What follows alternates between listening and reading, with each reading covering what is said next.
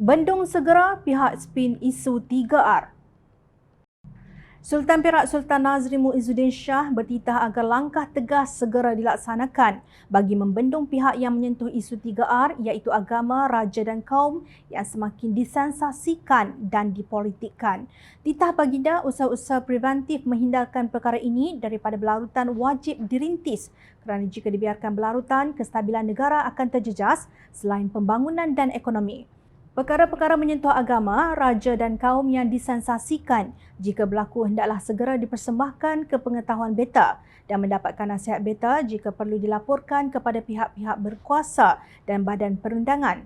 Titah Sultan Nazrin pada mesyuarat Dewan Negara Perak kali ke-172 di Istana Iskandariah baru-baru ini lapor bernama. Baginda juga menyeru ahli-ahli Dewan Negara dan orang besar jajahan hendaklah berperanan proaktif membantu usaha-usaha preventif tersebut. Berikan masa untuk menghadiri dan meraihkan kegiatan para belia di jajahan masing-masing.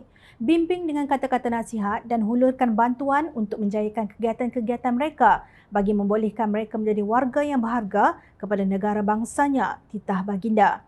Sultan Nazrin juga menitahkan agar orang-orang besar jajahan mendampingi diri dengan warga pendidik dan hadir program kokurikulum di sekolah-sekolah, membantu usaha-usaha menyemaikan semangat kesetiaan kepada raja dan negara di samping membantu usaha-usaha memupuk perpaduan kaum.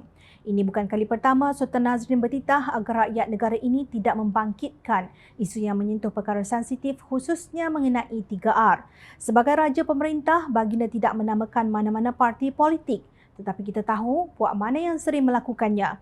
Sehinggakan perbuatan mentakfiri oleh pemimpin parti tertentu terhadap lawan politik berlaku dengan sewenang-wenangnya. Apabila sudah kantoi ada laporan polis termasuk daripada pihak istana atau dituntut meminta maaf, maka mulalah mereka cuba menegakkan benang basah. Perbuatan ini dilihat dilakukan oleh Menteri Besar Kelantan, Datuk Muhammad Nasruddin Daud yang mengejek dua ahli Dewan Undangan Negeri mewakili kerajaan PHBN, Dr. Hafizah Mustaqim Kota Lama dan Muhammad Syafuddin Hashim Galas koyak kerana menuntut permohonan maaf daripadanya atau berdepan tindakan di mahkamah.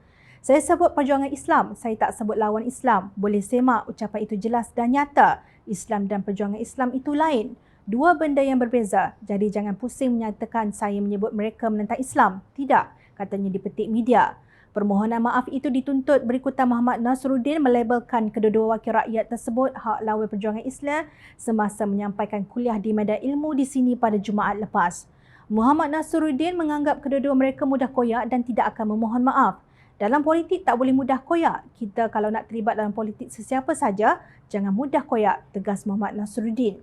Sejak bila menentang perjuangan Islam berbeza dengan menentang Islam? Mungkin sejak berkawan baik dengan parti penentang hudud gerakan, lalu Islam terpisah dengan perjuangannya. Na'udzubillah min zalik. Namun tidak kira bagaimana Muhammad Nasruddin cuba spin, itulah yang dimaksudkannya bahawa dua ahli Dewan Undangan Negeri terbabit menentang Islam. Kenyataan ini turut disebut oleh bekas Setiausaha Majlis Syura Ulama PAS, Datuk Ustaz Dr. Khairuddin Amar Razali dalam satu hantaran di Facebook. Berlawan dengan PAS dalam pilihan raya bukan bererti lawan Islam. PAS bukan satu-satunya kelompok yang mewakili Islam. Islam adalah milik pelbagai kelompok dan parti yang memperjuangkannya. Kita sama-sama membawa obor politik Islam dengan cara dan ijtihad yang berbeza, katanya. Menurut Khairuddin, pemimpin sama-sama berhujah dengan dalil Al-Quran dan Al-Hadis apabila membawa agenda politik masing-masing. Apabila konotasi lawan Islam dijadikan asas pertembungan, maka pertembungan dalam pilihan raya tidak lagi menjadi saingan, tetapi peperangan yang akhirnya membawa kepada perpecahan umat Islam dan lebih dahsyat boleh membawa kepada pertumpahan darah sesama Muslim, tegas beliau. Pemimpin PAS apabila dicabar sama ada mereka mencari dalil yang diputar belit atau spin maksud kenyataannya atau melabel buta Al-Quran, anti-Islam dan sebagainya atau memaki hamun dengan menggelar jebon, buaya, kera, beruk dan yang paling hina kepada Bapak Hang.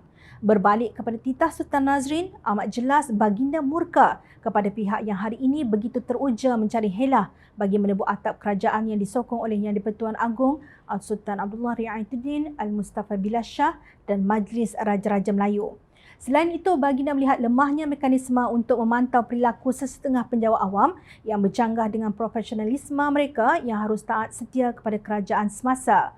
Justru, tiba masanya kerajaan perpaduan menjunjung titah Sultan Nazrin agar langkah preventif yang tegas segera dilaksanakan sebelum kebejatan semakin bermaharajalela.